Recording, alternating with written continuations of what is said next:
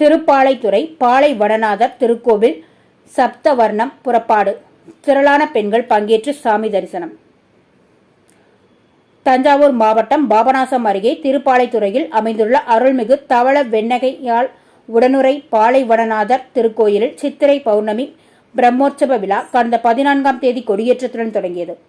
விழா நாட்களில் தினம்தோறும் பல்வேறு வாகனங்களில் சாமி புறப்பாடு நடைபெற்று வருகிறது. அதன்படி இன்று இரவு சப்தவர்ணம் புறப்பாடு நடைபெற்றது. அதனையொட்டி சிறப்பு அலங்காரத்தில் சுவாமி அம்பாளும் எழுந்தருளி கோயிலின் 6 முறை வலம் வந்து பக்தர்களுக்கு அருள்பாலித்தார். பின்னர் தீபாரதனை காண்பிக்கப்பட்டு கோவில் குருக்கள் வேத மந்திரங்கள் முழங்க மேலதாளத்துடன் சாமி அம்பாள் வீதி உலா புறப்பாடு நடைபெற்றது.